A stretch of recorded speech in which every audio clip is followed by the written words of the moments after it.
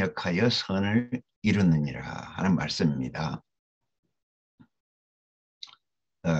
저를 이렇게 형들을 통해서 노예로 팔고 또 감옥살이를 하고 이 모든 것은 이스라엘 전체를 구원하기 위한 하나님의 뜻이었습니다. 형님들 당신들이 잘못하신 것이 아니라 하나님의 뜻이 이루어지려고 이렇게 된 것입니다. 이렇게 요셉은 모든 것을 감사로 하나님의 뜻으로 해석했습니다. 이렇게 해석하기는 쉬운 일이 아니에요. 왜냐하면 원한이 있기 때문에. 수십 년을 노예로 그리고 수십 년을 이렇게 감옥살이를 하는 것, 이 모든 게 쉬운 일이 아니죠. 그런데 마지막에는 승리의 깃발을 든 것이죠. 욥은 정말 세상에서 그렇게 고난을 당한 사람이 없잖아요. 엄청난 고난을 당했는데 그냥 탁 승리의 깃발을 매번 드는 거 보면 이 욥기라고 하는 것은 성경에서 제일 먼저 나온 겁니다. 기록되기 이전의 성경, 구전문학, 이게 나중에 기록되지 처음에는 기록도 안 되고 그냥 할아버지가 귀 속에 아들에게 얘기해주고 아들이 또 손자에게 이야기해주고 이런 그 가장 오래된 성경입니다. 창세기보다 더 먼저 나온 책이죠. 그런데 이 욥기는 성경은 오래되면 오래될수록 더 진한 것이 있습니다. 하나님과 사람과 사탄의 관계를 이렇게 아주 명쾌한 그림으로 그리는 책은 없어요. 복잡해지지. 뒤로 보면 복잡해지는데 욥기는 아주 단순하잖아요. 하나님과 사탄의 전쟁 틈바구니에 끼어서 인생이 참 살게 되고 자기도 모르는 일이 하늘에서 갑자기 번개처럼 떨어지고 이게 도대체 누구를 원망해야 될지. 그런데 그 원망의 막 불길 속에서도 욥기는 벌떡 일어서 가지고 푸른 깃발 하나님을 향해서 개항한 것입니다. 그래서 그 욥이 위대한 거죠. 물론 마지막에는 친구들이 하도 괴롭히니까 거기에서 그냥 잘못 붉은 깃발을 들고 그래요. 사탄의 깃발을 들어버렸는데 하나님이 막 소리를 질러가지고 네 인생이 네 거냐? 네 인생은 곧 하나님 나라를 위한 것이다. 나라를 위한 것이다. 그러니까 막 죄를 무릅쓰고 옷을 찢고 내가 귀로만 들어서 잘 몰랐습니다. 소경이었습니다. 이제 얼굴과 얼굴을 대보니까 내가 정말 깃발을 잘못 들었습니다. 우리는 기수입니다. 기수. 하나님의 기수. 아틀란타의 봉균이 형제는 군대에 가서 탁 뽑혔어요. 그 뭐라고 합니까? 그 기수대. 외국 대통령들이 오면 탁 공항에 나가서 이렇게 촥 깃발을 들고 그런 그 근위대. 그러니까 봉균이 형제는 그 조상부터 장군 집안이었다네요. 그래서 막 아주 거구에다가 탁 쓰면 멋있게 생겼잖아요. 목소리는 또 막 천둥 그래가지고 저 뒤에서 아멘 하면 그냥 온 교회가 쩌렁쩌렁 울리는 그런 거인이었는데 신발도 제 신발이 또 상당히 큰데 내 신발은 거기에 완전히 나룻배예요. 봉균이 형제 신발은 그냥 항공모함이에요. 그러니까 깃발을 들었다. 그것은 그 부대의 상징입니다. 그 부대를 전체 대표하는 거죠. 그리고 공항에 나간 이 봉균이 형제는 한국 전 군대의 대표자로 나가는 것입니다. 그러니까 우리가 항상 이런 의식을 가지고 있어야 되죠. 내 개인이 아니고 단체다. 단체를 대표하는 군대다. 이렇게 하게 되면 우리가 군기가 팍 들게 돼요. 이 봉균이 형제는 이 신발을 닦을 때 파리가 낙상하도록 그렇게 안 닦으면 두드러 맞는데 그 부대는 그렇게 군기가 세다네. 그러니까 구두도 파리가 낙상해야 되고 이 바클도 아주 노쇠로 된 거 이것도 금처럼 번쩍거려야 되고 그런 부대에서 아주 엄격한 부대에서 그렇게 훈련을 받았어요. 그러니까 지금 아틀란타에서 깃발을 올리고 있죠. 어젯밤에도 봉균이 형제하고 미국 사람들하고 이렇게 밤 9시에 스카이프를 했는데 여기 밤 9시면 그쪽이 아침 7시입니다. 우리 새벽 기도보다 30 빨라요. 거기에서 저도 또 깃발을 또 올렸습니다. 우리는 항상 깃발을 올리는 삶을 이렇게 살고 있습니다. 그 나라의 정신과 그 나라의 승리와 그 나라의 영광을 막 높이 계양하는 것이 우리의 임무입니다. 그러니까 이스라엘 전체를 구하기 위한 하나님의 뜻이었습니다. 내 개인 문제가 아니었습니다. 형님들도 형님의 개인 문제로 그렇게 한 거 아닙니다. 하나님의 뜻에 휩쓸려가 우리가 그렇게 된 거니까 다 하나님을 찬양해야죠. 내가 원망할 수밖에 없고 원한을 가질 수밖에 없는 일이지만 저주를 후회할 수밖에 없는 그런 일이지만 이스라엘의 구원자로서 이렇게 하나님이 임명하신 것입니다. 임명장을 탁 들어 보이면서 그래서 제가 이 온 세상에서 가장 큰 애굽 나라의 총리 대신이 된 겁니다. 이렇게 막 얘기를 하니까 얼마나 감동입니까? 대역전극이 벌어졌죠. 그리스도 안에서 우리는 다 대역전극을 경험하고 있습니다. 얼마나 신나는 일입니까? 그게. 계속 지고 있다가 9회 말 홈런을 그냥 맞는 홈런을 딱 때리면 어떻게 됩니까? 다 그냥 미쳐버리지. 기뻐서 날뛰게 되고 그렇게 되죠. 우리 인생이 바로 그렇다니까요. 우리 이영식 형제도 막 말년에 막 승진을 하게 되고 막 말년에 어떻게 보면 더 신나는 인생을 지금 살고 있네요. 그러니까 대역전극이다. 항상 그리스도 안에서는 그런 일이 있습니다. 모세도 애굽 사람을 죽여서 모래에다 끌어 묻었는데 동족들이 와가지고 막 항의를 하니까 자기도 잡혀 죽을 것 같아가 도망해가지고 서쪽으로 도망가다가 그런데 다시 부르심을 받아서 이스라엘의 구원자가 돼서 돌아왔잖아요. 그러니까 대역전극입니다. 예수님도 십자가에 죽으신 것은 저주인데 죽음에 매여서 일생을 종로를 하는 자를 놓아주려고 그렇게 하신 것이다. 사탄을 이기고 푸른 승리의 깃발을 올리는 사람이 되게 하려고 온 인류가 자기처럼 되게 하려고 승리의 깃발을 전달해 준 겁니다. 부대의 깃발은 그 부대의 생명과 마찬가지예요. 만약 깃발을 뺏겨버리면 그 부대는 귀국을 못한다네요. 미국 2사단이 미국으로 못 들어간 이유는 깃발을 중공군한테 뺏겨버렸어요. 그래서 다시는 귀국 못하고 외국으로 이렇게 전전해야 되는 거죠. 그만큼 깃발이 중요한 거죠. 그러니까 우리가 태극기도 제일 높은데 아주 소중하게 보관해야지. 태극기를 그냥 아무렇게나 이렇게 보관하면 안 됩니다. 깃발이 그 인생을 결정해 주니까. 너는 무슨 게 너를 가장 신나게 하느냐?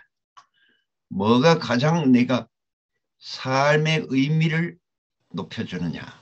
깃발이다. 우리는 이렇게 딱 대답해야 돼요. 그러니까 하나님의 깃발이신 그리스도, 그 새 예루살렘의 깃발이신 어린 양. 그러니까 우리는 어떤 부정적인 환경에서도 결국은 수확은 승리를 수확하게 될 것이다. 이렇게 희망의 끈을 놓으면 안 되죠.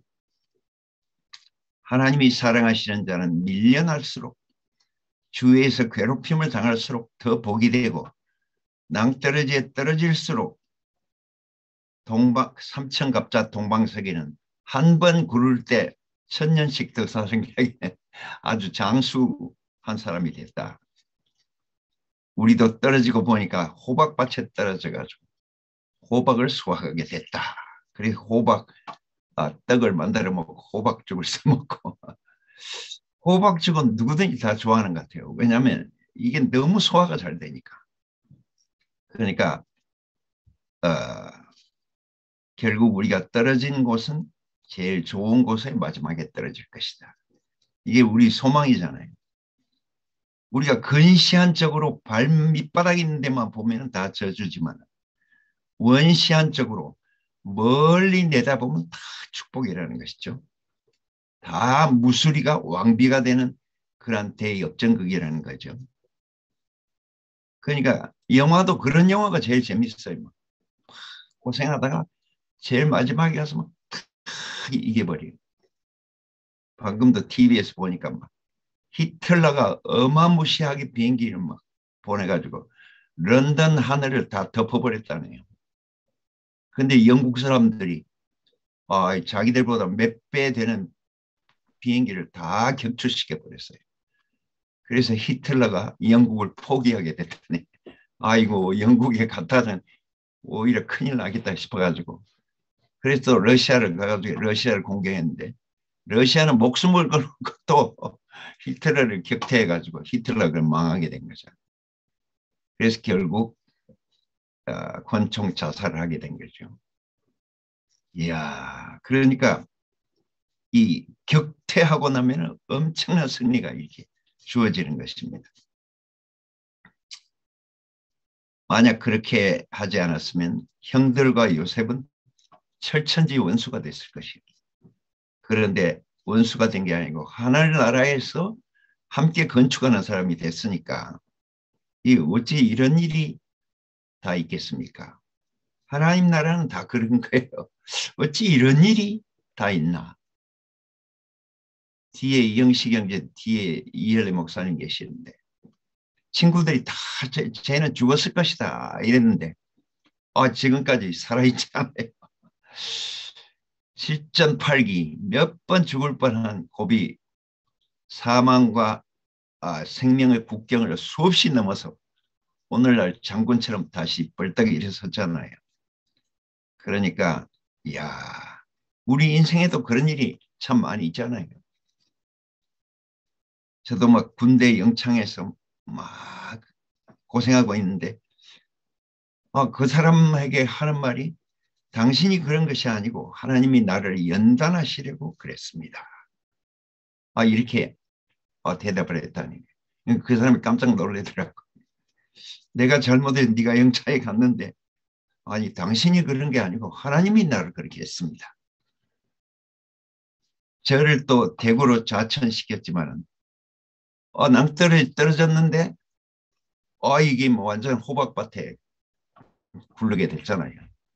이열래 목사님 참 저주받은 인생인데 어떻게 그렇게 복이 있는 인생으로 보였는지 내 눈도 이게 보험 들어야 되겠어요.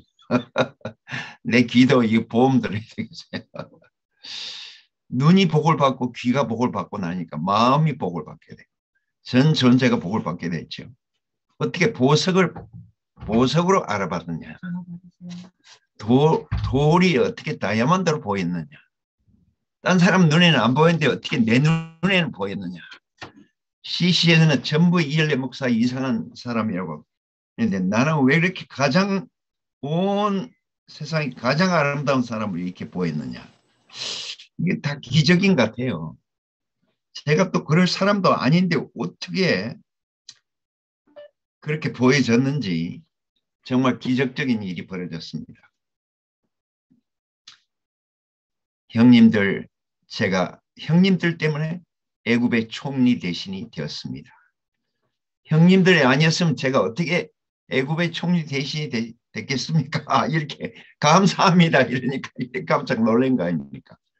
자기들이 죽이려고 했던 이 사람이 총리 대신이 돼가지고 감사하다고 하니까 저주를 받을 줄 알았는데 축복으로 그냥 되갚아 버리니까, 이야, 제가 이렇게 고생하는 것은 하나님이 내 영혼을 더 가난케 하기 위해서, 가난하게 될수록 눈이 밝아져서 도를 보석으로 볼 수 있는 눈이 이렇게 생기니까, 그러니까 모든 것이 대역전입니다. 합력하여 선을 이룬다는 말은 요즘 말로 하면 그냥 대역전극이 벌어진다, 그런 얘기입니다.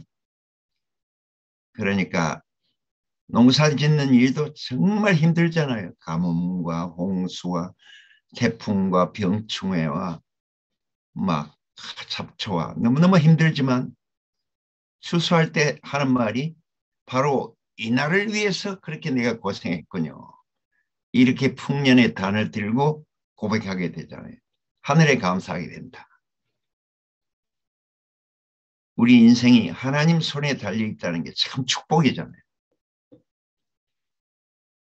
우리가 하나님께서 우리 눈을 밝게 열어주지 않았다면 나 자신이 누군지도 잘 모르고, 내가 내 자신을 오해하고 있고, 그리스도도 오해하고 있고, 하나님도 오해하고 있고, 전부 삐뚤어지게 보고 있었는데 어느 날 다메섹 도상에서 눈에 씌운 비늘이 막 벗겨지고 모든 오해가 다 벗겨지는데 얼마나 시원했습니까?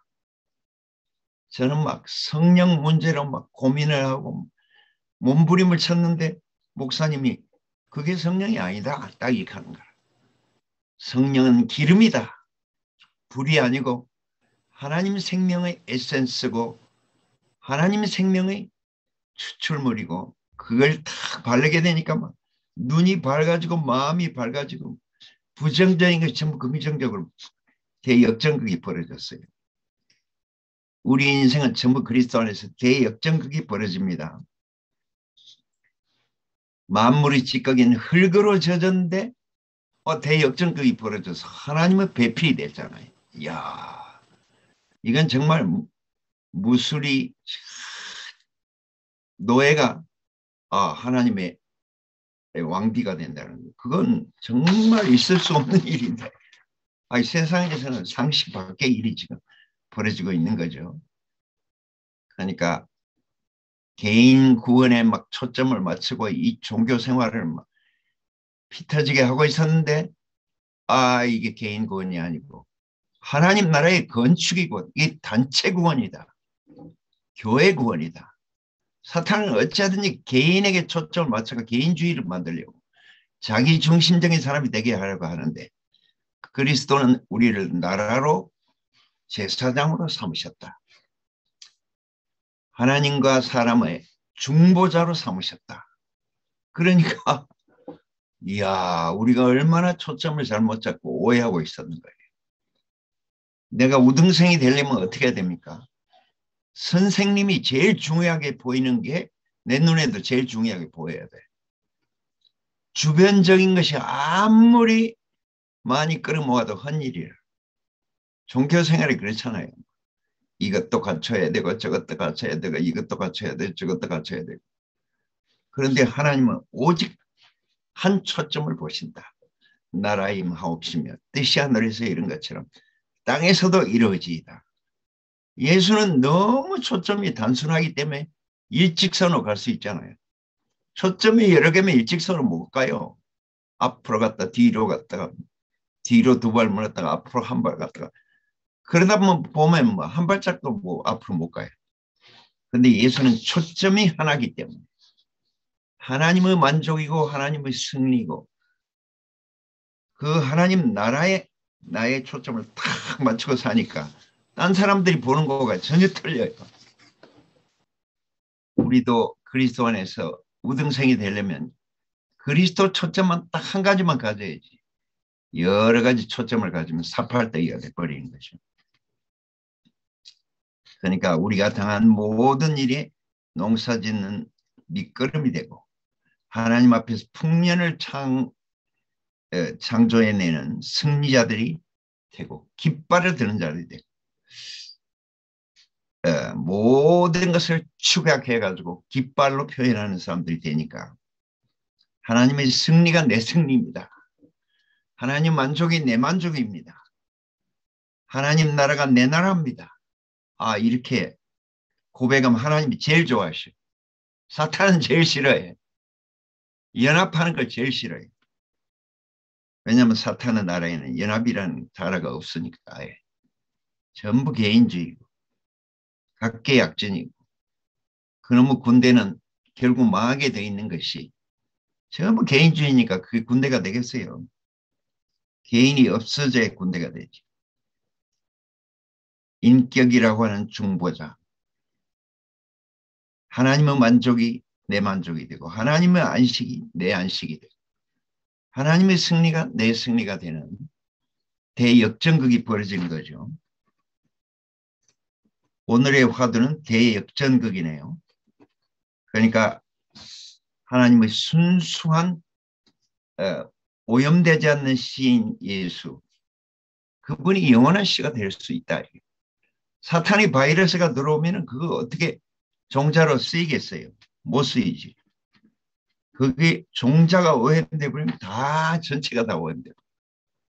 그러니까 종자는 100% 순수해야 된다.